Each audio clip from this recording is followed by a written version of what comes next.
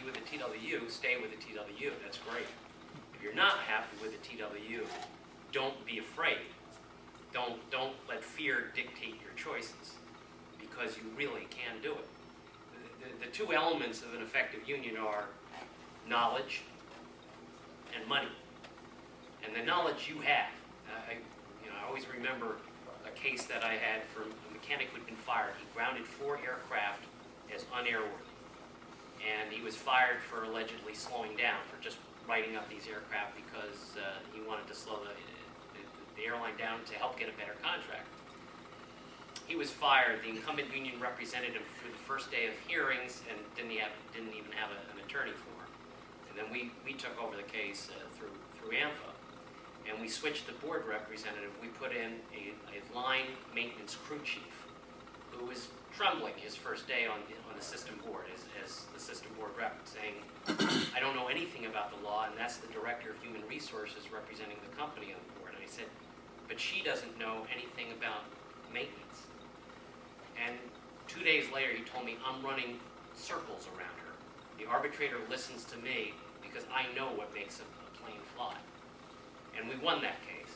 It was 14 days of hearings. We had one maintenance supervisor on cross-examination for 3 days, and by the end of which he was just a pool of jelly, and admitting that each of these 4 aircraft flew revenue service in an unairworthy condition.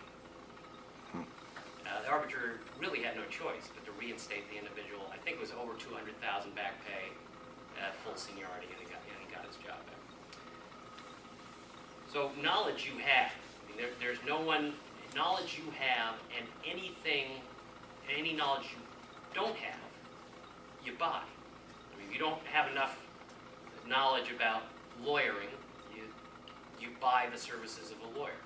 If you don't have knowledge about financial investment vehicles, you buy the services of a financial consultant. And that's where the money comes in. The money that sustains the union you have today is your money. They're not kicking in from some outside source. The benefits you get in terms of outside advice and services, to the extent they exist, is paid for with your money. And it has been my universal experience with these independent unions is they have more money after they set up their independent union. There'll be a couple of months where they're going to need a line of credit and to lean on that. But once the dues flow is established, these new unions have more financial resources than they did under the AFL-CIO affiliate, because the money is, there's not a 30% cut going to an international in New York City that uses the money to the extent they use it for anybody, for bus drivers and subway workers. And any money that comes down is sticking on people's palms all the way back. You have knowledge you don't have, you'll buy, and you'll be amazed once you're certified how many people will be knocking on your door saying, I want to give you this service and that service. That's not going to be a problem. You will have all the resources you need. One of the most dramatic cases in point I can give you is I represent the 5,000 pilots of U.S. Airways. They formed this new union, and they were certified April 2008. So they began their operations April 2008. What happened on January 15th, 2009? One of their senior pilots, Captain Sullenberger, lands in the Hudson River 8 months later.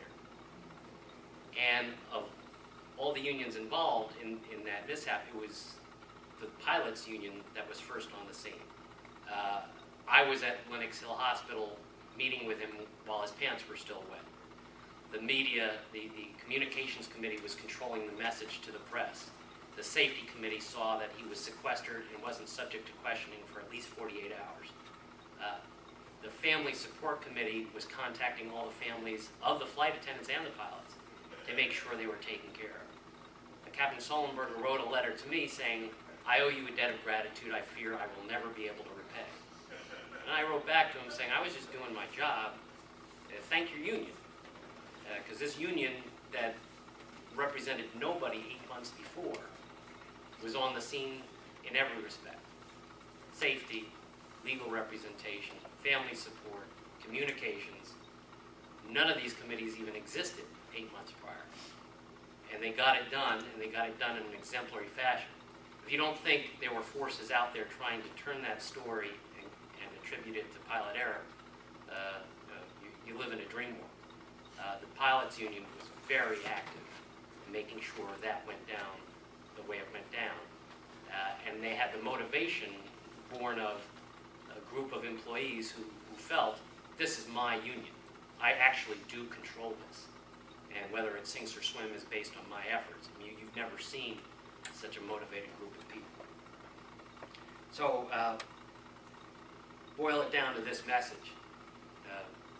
If you don't like what you have, if you feel you're disadvantaged by what you have, don't continue to suffer through it because you don't feel you have a choice. You do have a choice. Don't live with what you have if you hate it because you're afraid of the unknown. Because the steps, the path that Don is suggesting you travel is a well-worn path. It's a path that's been traveled before. And there are any number of professionals.